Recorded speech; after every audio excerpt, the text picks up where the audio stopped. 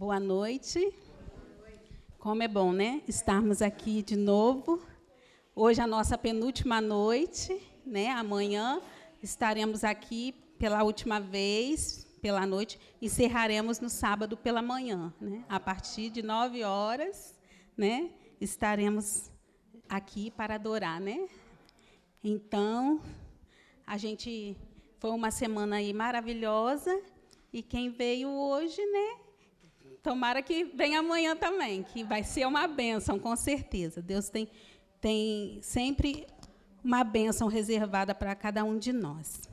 E hoje o tema é muito interessante. Vem falando assim, é hora de viver o novo nos relacionamentos. Deus ele nos convida a termos um relacionamento com Ele, porque Ele é o restaurador dos relacionamentos. Ele quer restaurar o relacionamento da esposa com o esposo, dos pais com os filhos, dos irmãos, né, dos amigos. Deus ele é poderoso. E hoje a gente vai ver como ele atua através do relacionamento. O relacionamento é o método que Deus escolheu para levar a mensagem, para levar o evangelho a todo mundo. E, por isso, a gente vai tratar desse tema tão importante na parábola do filho, né, do filho pródigo, que vem falando ali do relacionamento de um pai com seus 2 filhos. Uma parábola muito bonita e interessante, para no momento que a gente vive, que a gente está vivendo em um mundo tão individualista, não é mesmo? Onde as pessoas, cada uma querem estar no seu canto, as pessoas não querem se relacionar só pelas redes hoje em dia, né? As pessoas estão grudadas nas telas e dificilmente as pessoas querem estar juntas, se relacionando. A gente senta na mesa para comer, cada um está com o seu aparelho, né? Muitas das vezes não quer nem conversar. E isso está ficando, né, cada vez mais intenso no nosso meio. E Deus ele quer restaurar, né? Ele gosta, ele é um Deus de relacionamento. E para a gente se relacionar um com os outros, primeiro a gente tem que se relacionar com o nosso Deus. E o nosso Deus, hoje ele quer fazer esse convite para cada um de nós que estarmos aqui, para nós nos relacionarmos primeiramente com Ele. Nada e nem ninguém pode atrapalhar o nosso relacionamento com o nosso Deus, não é verdade? E a gente pode se relacionar com Ele como? Através da oração, através do estudo da palavra, né? Através do testemunho. Essa é a forma que a gente tem de ter comunhão com o nosso Deus. E a gente vai abrir a nossa Bíblia em Lucas, no capítulo 15. Capítulo 15, a partir do verso 11. E vem falando desse pai, né, que tinha esses 2 filhos, mas que o relacionamento já não estava, né, tão legal assim dos filhos. Esse pai representa Deus na parábola. E a gente vai estudar aqui junto. Vem falando assim, 10, 11. Continuou. Certo homem tinha 2 filhos. O mais moço deles disse ao pai: Pai, dá-me a parte dos bens que me cabe. E ele lhes repartiu os haveres. Passado muitos dias, o filho mais moço, ajuntando tudo o que era seu, partiu para uma terra distante, e lá dissipou todos os seus bens, vivendo dissolutamente. Depois de ter consumido tudo, sobreveio àquele país uma grande fome, e ele começou a passar necessidade. Então ele foi e se agregou a um dos cidadãos daquela terra, e este o mandou para os seus campos a guardar porcos. Ali desejava ele fartar-se das alfarrobas que os porcos comiam, mas ninguém lhe dava nada. Vejam, esse filho, ele chegou para o seu pai e pediu todos os que repartisse, né, a sua parte que lhe cabia na herança, porque ele queria estar o quê? Ele queria estar distante do pai. Ele queria ir embora, né, da presença do pai, porque agora ele queria viver a sua vida independente, né? Ele achava que longe do seu pai ele seria livre, ele seria mais feliz, ele poderia conquistar, né, a sua vida sozinho. E dali ele partiu para uma terra longínqua.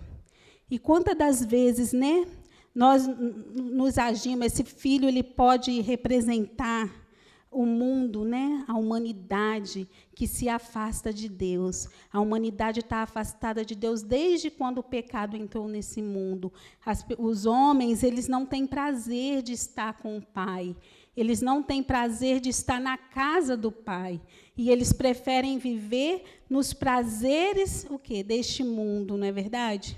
Eles preferem estar longe. Eles querem satisfazer os seus próprios desejos, os desejos do seu coração.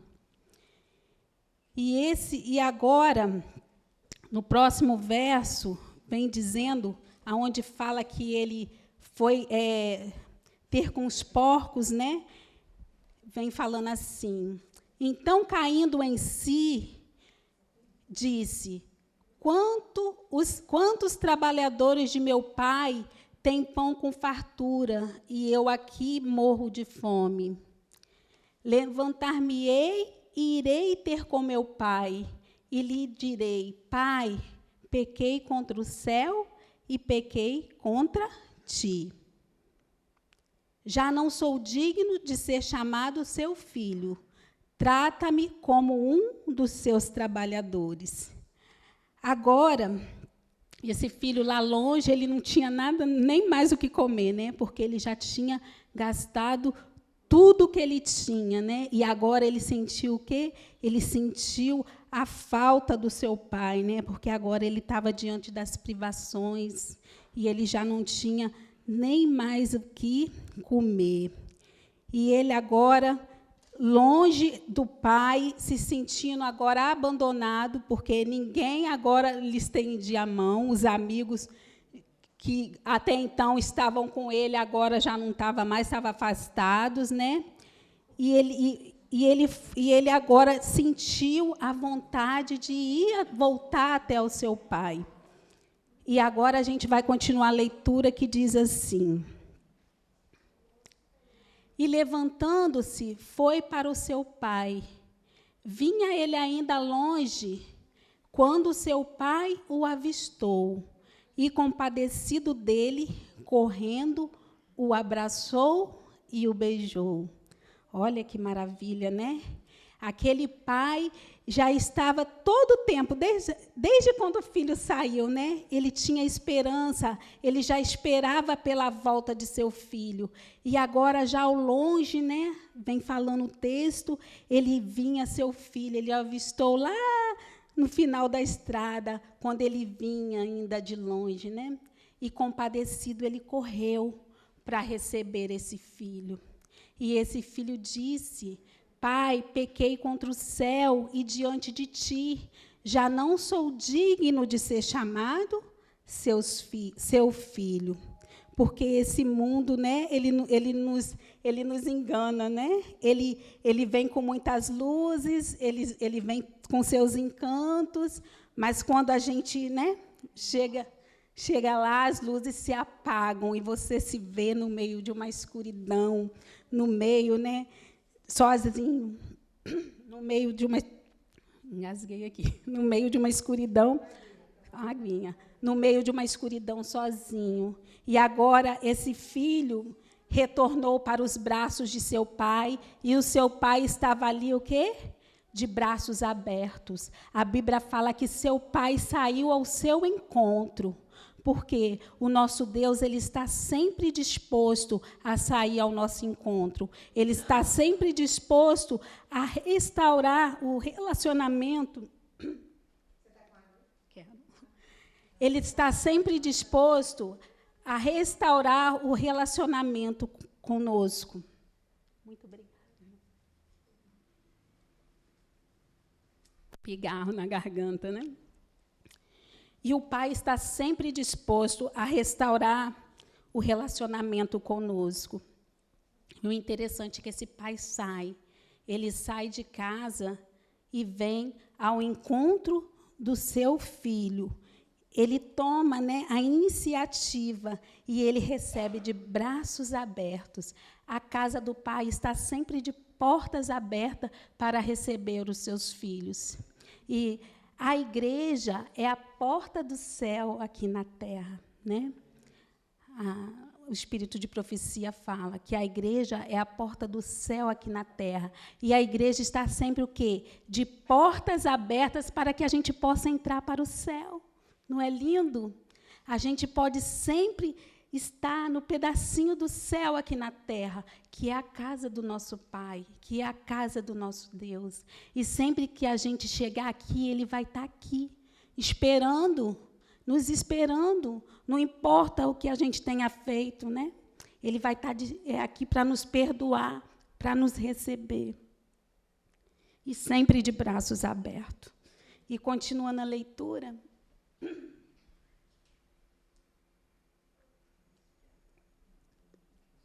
O pai, porém, disse aos seus servos: trazei depressa a melhor roupa, vestiu, ponde-lhe um anel no dedo e as sandálias nos pés. Trazei-me também e matai o novilho cevado. Comamos, regozijemo-nos. Olha que lindo. Agora o pai quer o quê? Quer dar uma festa, né? Porque o filho que havia ido embora, ele voltou, né? É a festa no céu quando o quê? Quando um pecador se arrepende.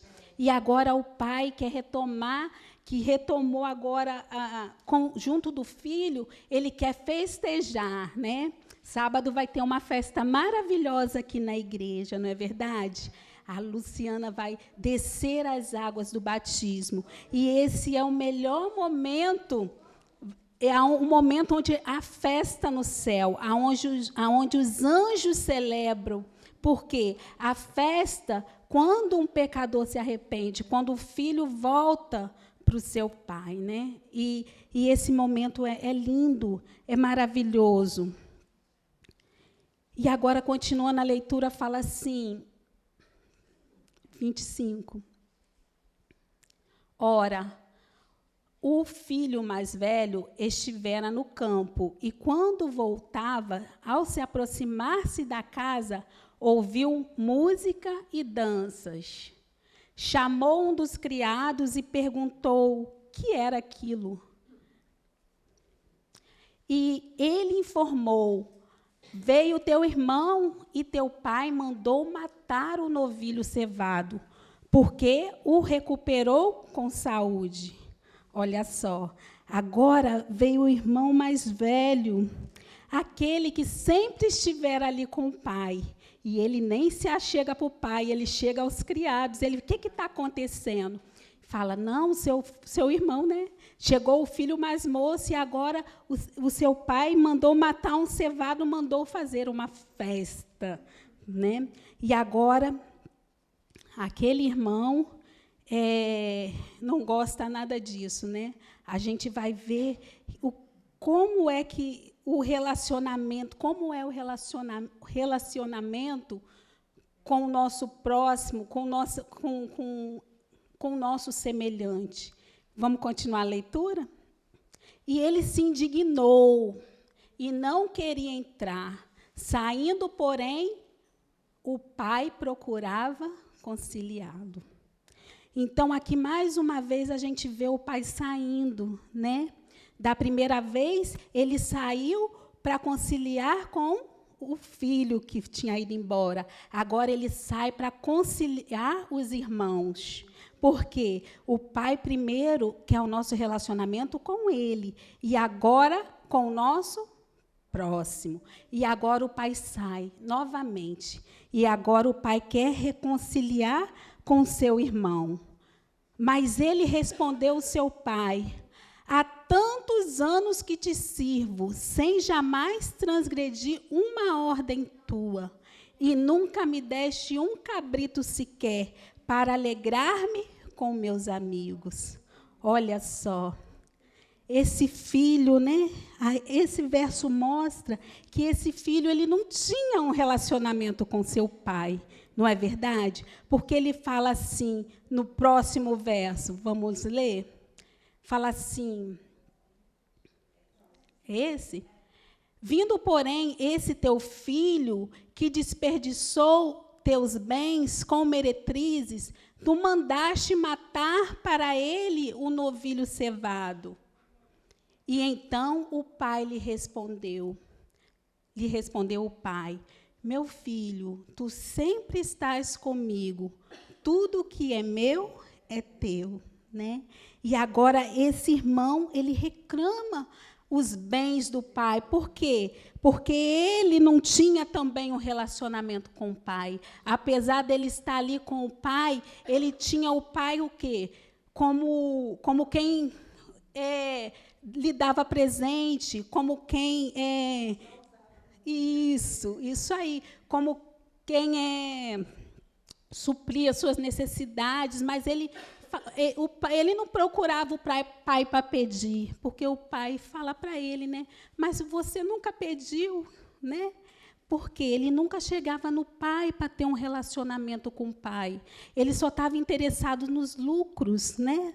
Da família, estava interessado na herança, talvez, mas ele não tinha também um relacionamento íntimo com o pai, né? Para chegar e pedir ao pai um novilho, alguma coisa para comemorar, que ele reclama, né?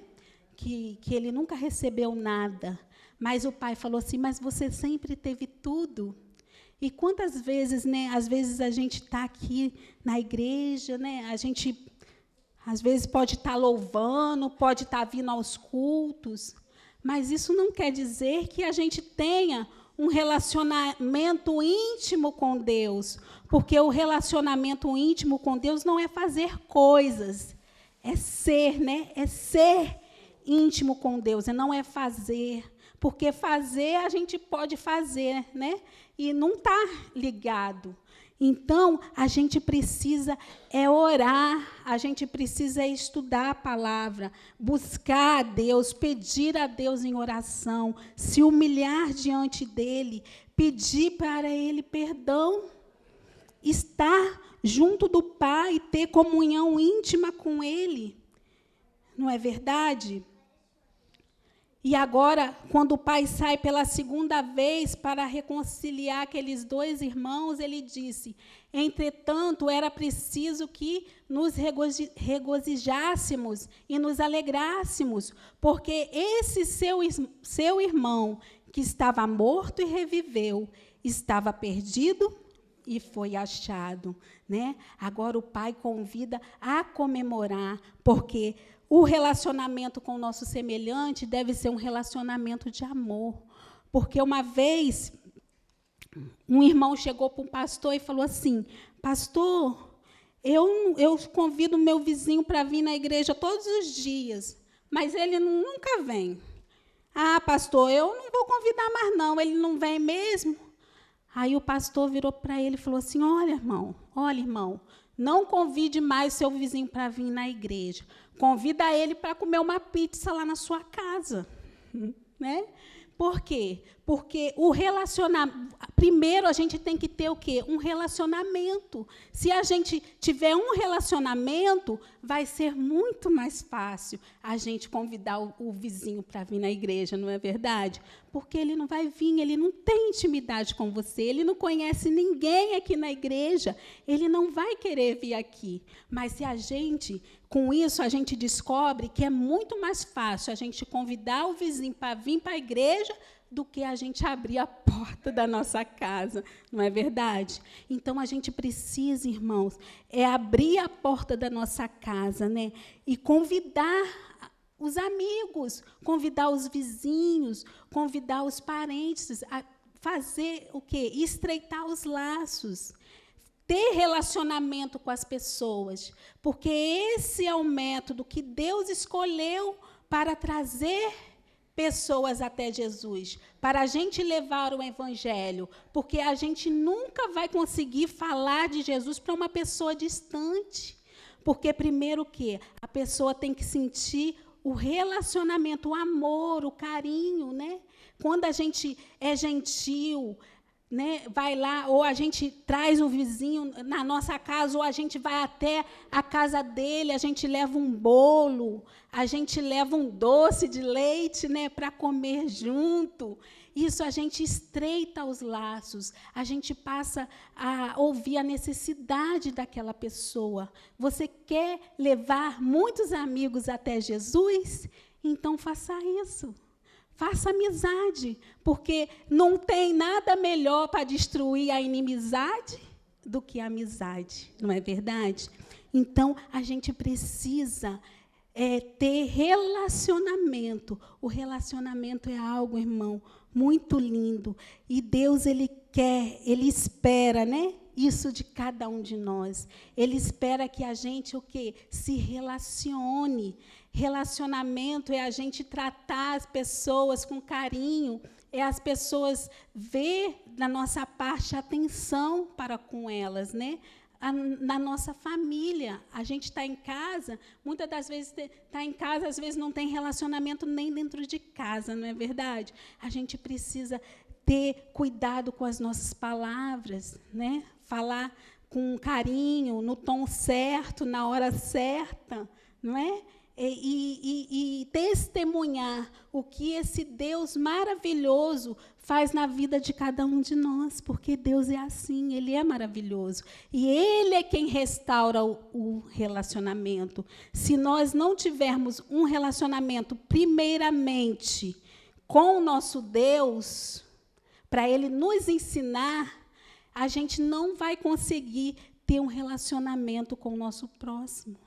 Porque o mundo está tão distante, as pessoas estão tão distantes uma das outras, porque não tem uma intimidade, uma comunhão íntima com Deus, por conta da correria, né, absorta da nossa vida, a gente está toda hora ocupado. Tem uma frase de um psiquiatra, Carl Jung, ele observou assim: a pressa não é do diabo, a pressa é o próprio diabo. Olha, isso é muito forte, né? Bill Hybels, certa vez, escreveu: o excesso de atividade é semelhante a algo que a Bíblia chama de mundanismo. O excesso de atividade não deixa que a gente vá até Deus, a gente fica absorto nas atividades, e quando vê o dia passou, e a gente nem se aproximou, e a gente nem falou com Deus, né? A gente nem teve tempo de ter ali a nossa comunhão com Deus, quem dirá com o nosso próximo.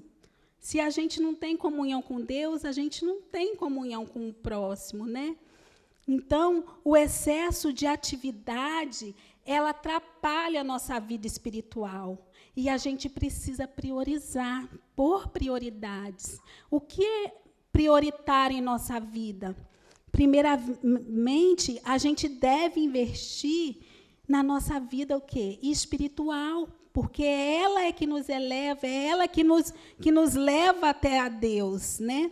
E por excesso de ocupação, muitas das vezes a gente se afasta. A gente se afasta de Deus. Então, vamos rever, né, o nosso dia a dia, o que a gente tem feito, o que a gente pode fazer, né, se é pela manhã, que é o melhor.